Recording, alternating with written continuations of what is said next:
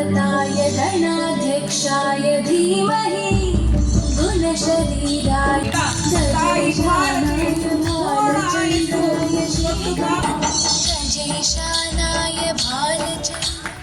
ಇಷ್ಟಾಧನೆ ಈ ಮಕ್ಕಳದ್ದು.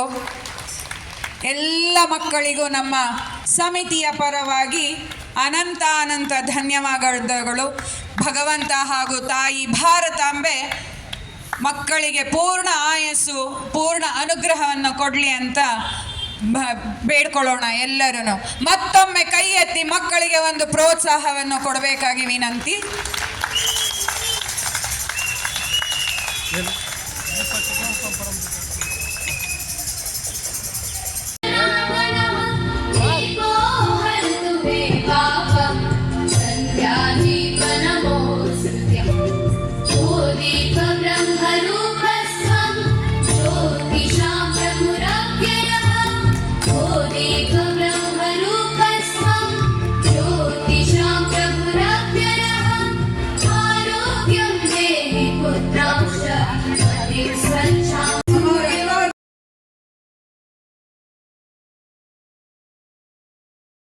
ಧವಳಾವಗುಂಠನವತಿ ತೇಜೋಮಯೀಂ ನೈಷ್ಠಿಕೀ ಸ್ನಿಗ್ಧಾಪಾಂಗವಿಲೋಕಿನೀಂ ಭಗವತಿ ಮಂದಸ್ಮಿತಶ್ರೀಮುಖೀ ವಾತ್ಸಲ್ಯಾಮೃತವರ್ಷಿಣೀಂ ಸುಮಧುರಂ ಸಂಕೀರ್ತನಾಲಾಪಿನೀ ಶ್ಯಾಮಾಂಗೀ ಮಧುಸಿಕ್ತಸೂಕ್ತಿಂ ಅಮೃತಾನಂದಾತ್ಮಿಕಾವೀಶ್ವರೀ ಮೂಕಂ ಕರೋತಿ ವಾಚಾಲಂ ಪಂಗುಂ ಲಂಘಯತೆ ಗಿರಿಂ ಯತ್ಕೃಪಾತಮಹಂ ವಂದೇ ಪರಮಾನಂದಮಾಧವಂ. ಓಂ ಅಮೃತೇಶ್ವರ್ಯೈ ನಮಃ.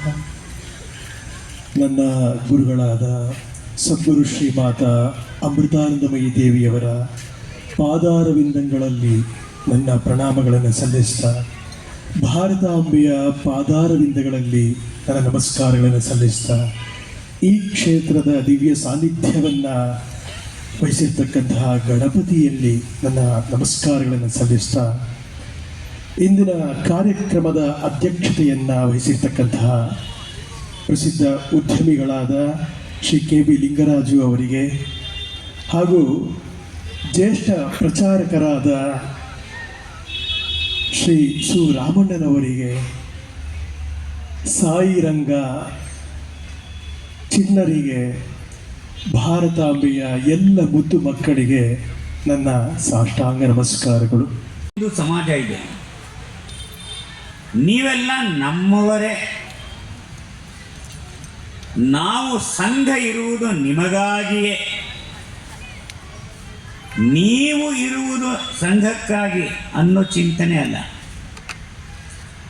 ಸಂಘ ಇರುವುದು ಈ ದೇಶಕ್ಕಾಗಿ, ಸಂಘ ಇರುವುದು ಈ ಹಿಂದೂ ಸಮಾಜಕ್ಕಾಗಿ. ಈ ಒಂದು ಹಿನ್ನೆಲೆಯಿಂದ ದೇಶವನ್ನು ಮತ್ತು ಹಿಂದೂ ಸಮಾಜವನ್ನು ಆತ್ಮೀಯತೆಯಿಂದ ಆಲಿಂಗಿಸಿಕೊಳ್ಳಬೇಕು. ಏಕಾತ್ಮತೆಯ ಒಂದು ಆಪ್ಯಾಯಮಾನವಾದ ಹಿತಕರವಾದ ಅನುಭವ ಸಂಪೂರ್ಣ ದೇಶಕ್ಕೆ, ಹಿಂದೂ ಸಮಾಜಕ್ಕೆ ಸಿಗಬೇಕು. ಆ ಥರ ನಮ್ಮ ಕಾರ್ಯಕ್ರಮಗಳಿರಬೇಕು. ಮೊದಲನೇ ಕಾರ್ಯಕ್ರಮ ವಿಜಯದಶಮಿ, ಸಂಘ ಪ್ರಾರಂಭ ಆದಂಥ ದಿನ, ನಮ್ಮ ಹುಟ್ಟುಹಬ್ಬ. ಸಂಘಕ್ಕೂ ಒಂದು ಆತ್ಮದರ್ಶನವಾಗಬೇಕು. ಸಂಘದಲ್ಲಿ ಬೆಳೆದಿರ್ತಕ್ಕಂಥ ಈ ವ್ಯಾಪಕವಾದ ಸಂಘಟಿತ ಶಕ್ತಿಯ ದರ್ಶನ ಈ ದೇಶಕ್ಕೆ ಆಗಿ ಭಯೋತ್ಪಾದನೆ ಆಗಬಾರದು, ಭರವಸೆ ನಿರ್ಮಾಣವಾಗಬೇಕು.